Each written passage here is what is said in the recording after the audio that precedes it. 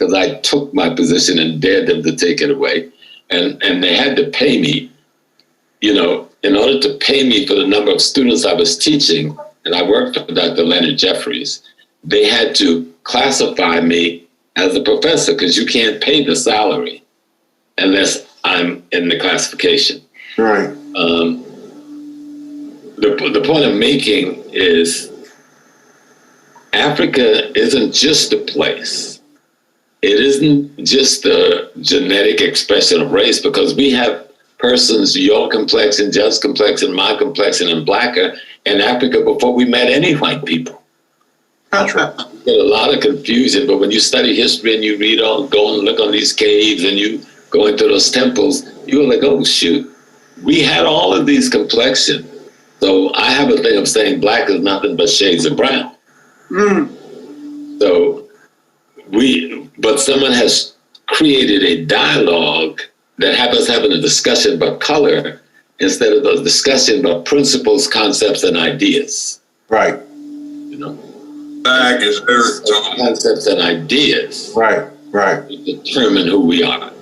If you go into West Africa, and I've been initiated in a number of traditions, the Arab tradition, the Ghana, the European tradition, and I wear a necklace around my neck, which is a nice necklace which says I'm a priest of the craft. Not the craft of the lodge here. Yes, I love the lodge here, but there's a higher craft also that our ancestors left behind for us.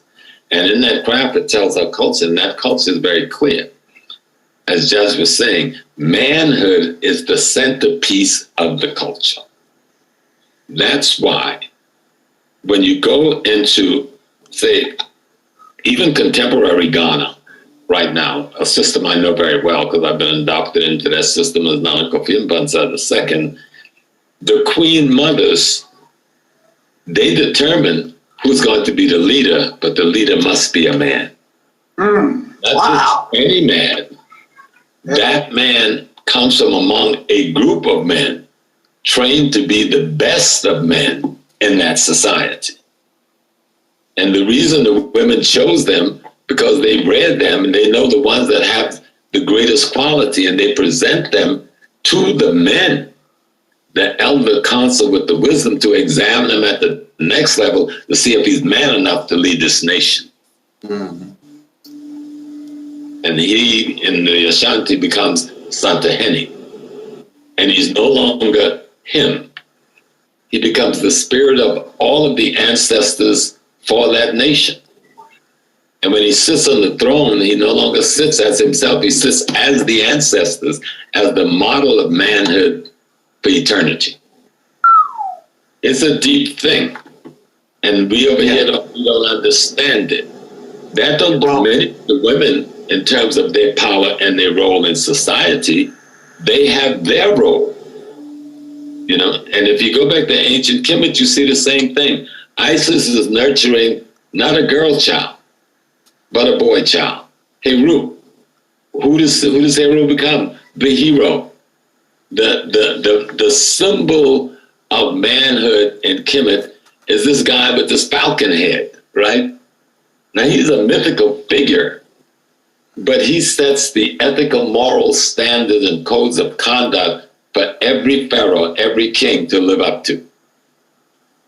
And so when we look at our culture, culture is so important to demystify and get a real understanding. Be talking about building human character, you know. Be talking about like people says, oh, you know voodoo? Yes, I know voodoo.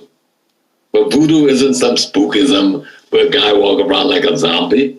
Voodoo is an ethical, moral system that studies nature and cosmology to learn the quality and attributes and the laws that governs it, and try to create a social context so those same laws can govern us. You know, they got names for it. But I could break it down and show you voodoo all over the Bible. Jesus had 12 disciples, but I could juxtapose those 12 disciples with 12 of the Loas of voodoo or 12 of the Orishas of the Yoruba. I can take those 12 disciples and show you that the 99 pearls of faith in Islam is nothing but 99 quality and attributes of the divine that should be developed in the human character for you to be a man in that society. But people have taken religion and just took it down the wrong path. And they don't understand what they're supposed to do with that tool. And they've created just the opposite of what the tool should have created. Any one of them is a good tool. They all come out of the same core center. But they've gotten trivialized and marginalized culture of Europeans who didn't understand the core of what our ancestors was talking about. So when I started using the term some 2 decades ago that I'm God having a human experience, people used to literally cuss me out and not let me come speak at their places anymore. And when I would break it down that each one of us is an expression of an aspect of the divine essence having this peculiar human experience called us. You see, in all African language, if you study, the word for God means the totality of creation itself. And so if there's a totality of creation that's omnipotent, omnipresent, omnipotent, and supreme, there is no room for nothing else to exist. So how the hell could we exist separate from that existence?